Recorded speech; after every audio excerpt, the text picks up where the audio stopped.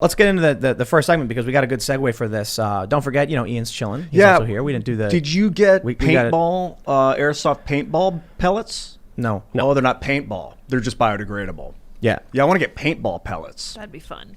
So don't forget to smash that like button, hi, I'm Ian, comment, subscribe. We're live at 8 p.m. live, and Lydia's producing. I'm over here in the corner. Yeah. But let's talk about this first story because I think this there's a lot to talk about with the media and the chaos and all that stuff. So we had this story come out. I covered this earlier on my main channel, youtube.com/Timcast. CNN and MSNBC fret over post-Trump future. But I think one of the most significant portions of this article is where they say that CNN's president, Jeffrey A. Zucker, is weighing whether to exit the network amid some tension with his new boss, Jason Killer. Killer? Is that really it? How's it Well, it's spelled? like Kylar, but it says K-I-L-A-R. Killer. Jason Kira.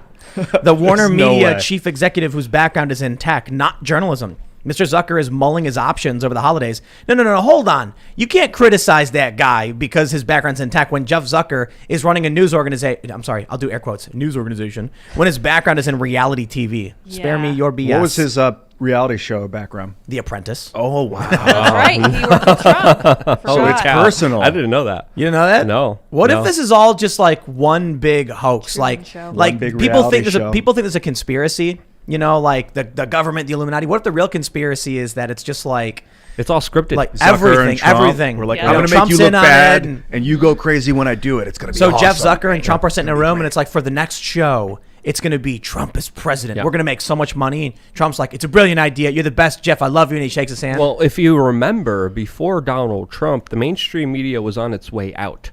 A lot of people weren't taking them seriously. Their viewership was going down. And then out comes this orange, glorious man that gave him all the attention, that gave him the drama, that gave him the WWE kind of wrestling entertainment that saved people were striving for. And there is an argument to make here that Donald Trump did save the mainstream media because... Oh, that's a fact. I'm not even kidding. That is a hard fact. All of these companies were collapsing. There were layoffs every other day. Like between 2012 and 2016, were they just like collapsing? 2014 to 2016. What were they doing from 2011 to 14? There was a mix of riding off of the Occupy and Ron Paul movements. And then they started to realize that intersectionality and social justice was making people really angry. And angry people share more. So they started going nuts, ramping up videos of cops beating people, writing songs about it. And there was one website, Mike.com, started as libertarian. Ron Paul, pro-Ron. That was a big influence on minds at the time. But then what they started doing, they started putting up police brutality videos and finding that it mixed with social justice narratives better. And then the website just became a social justice media company. Then we started seeing there was something called ad rights traffic distribution or whatever, where these companies would be like, we get 1 million views, we'll sell the rights to those views to you to run ads on our content. And then companies like Vice would claim they were getting 100 million views because they were actually buying the rights to other content. So it was this big kind of, I wouldn't call it fraud or a scam or anything like that, but like when you go to someone and claim scamish, Imagine if I claimed my YouTube channel, so you go to Social Blade, you can see how many views my channels get. It's like, I think right now I've reduced the amount of content I've been producing a little bit. So it's like 60, 70 million or whatever, or maybe a little bit. I think it's around there. Per month. I think it's like 75 million. Mm-hmm. It was at 100 a few months ago, way bigger with the election, but I've pulled some of the I've done a little bit less content. Imagine if I like went to 1,000 channels that made videos of people drinking bottled water and nothing else. And I said, sign the rights to your viewership to me. And then I found another 25 million views that were worthless, that make no money. And then I started telling everybody, I get 100 million views. My network has... Exactly. That's what they were doing. So at some point before Trump, everything started falling apart. They started laying people off. Shane Smith, the CEO of Vice, was like, there's going to be a bloodbath in digital media. And we saw valuations tanking. Then along comes Trump. And then all of a sudden, these media outlets realized, if we say the orange man is bad, people click that button. Wow. Yeah, and you brought up a very important point because there was even psychological studies that pointed about how if you make someone emotional, if you make someone angry, if you make them feel a very strong negative emotion, that leads to more sharing of articles, sharing of anger. links, sharing of news stories.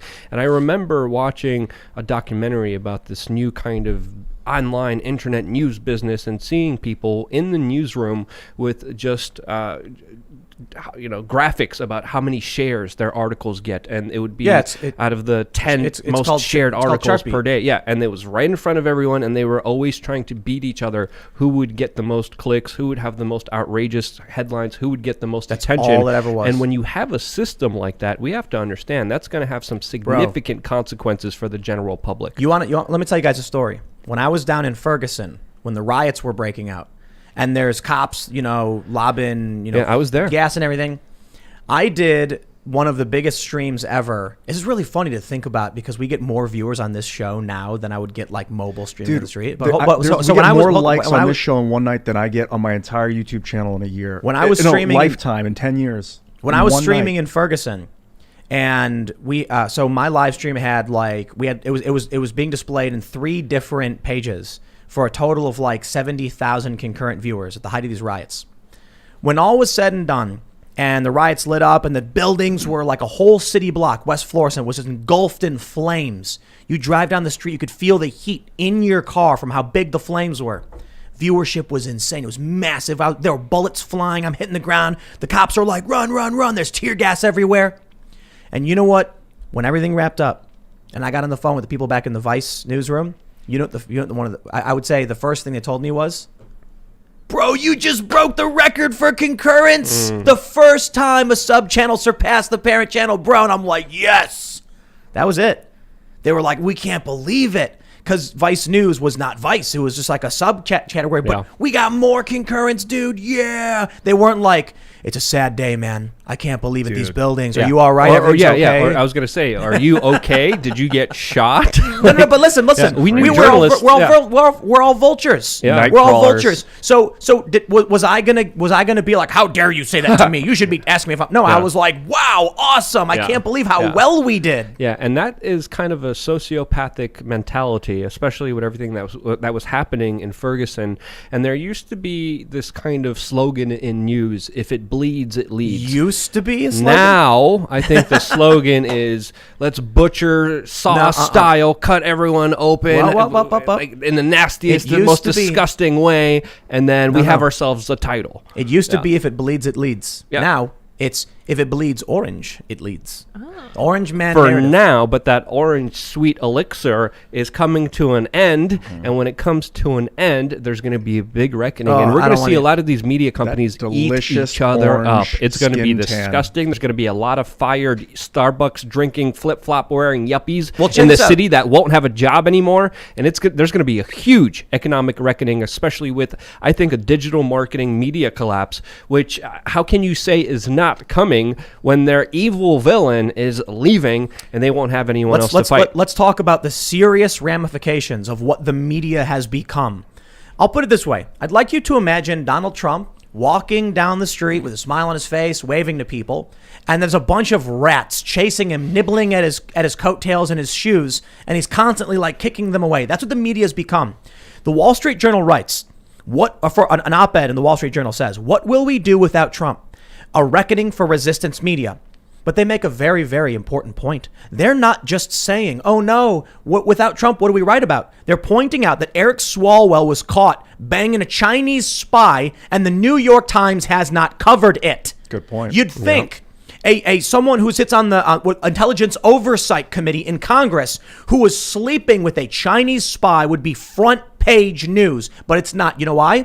Because passively in a meeting, one source says, Donald Trump entertained the idea of not leaving the White House, though the idea was quickly shot down and Trump agreed it was a bad idea. Boom, headline. Yep. Nothing. So today I'm reading the news and it's like, "Trump refuses to leave the White House." Ugh.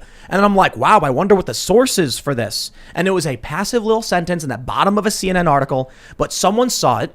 And they were like, Trump even suggested asked his aides, what if he didn't leave the White House? And the idea was quickly shot down and Trump agreed. But someone sees that.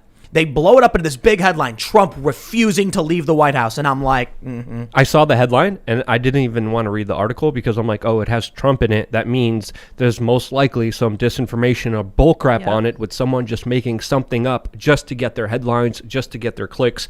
And it's so disingenuous, but it also is so hurtful for the political discourse that is happening in this country that has been bastardized, that has been destroyed, that has been savaged by these brutes who only want clicks, fame, attention, and ad revenue that has essentially destroyed any kind of understanding of media. And we're living in this bizarre world where there's going to be finally a correction, and they're going to realize, holy cow, they're in utter trouble. Thanks for checking out this clip from the Timcast IRL podcast. We do the show live Monday through Friday at 8 p.m., so come back to check us out when we go live.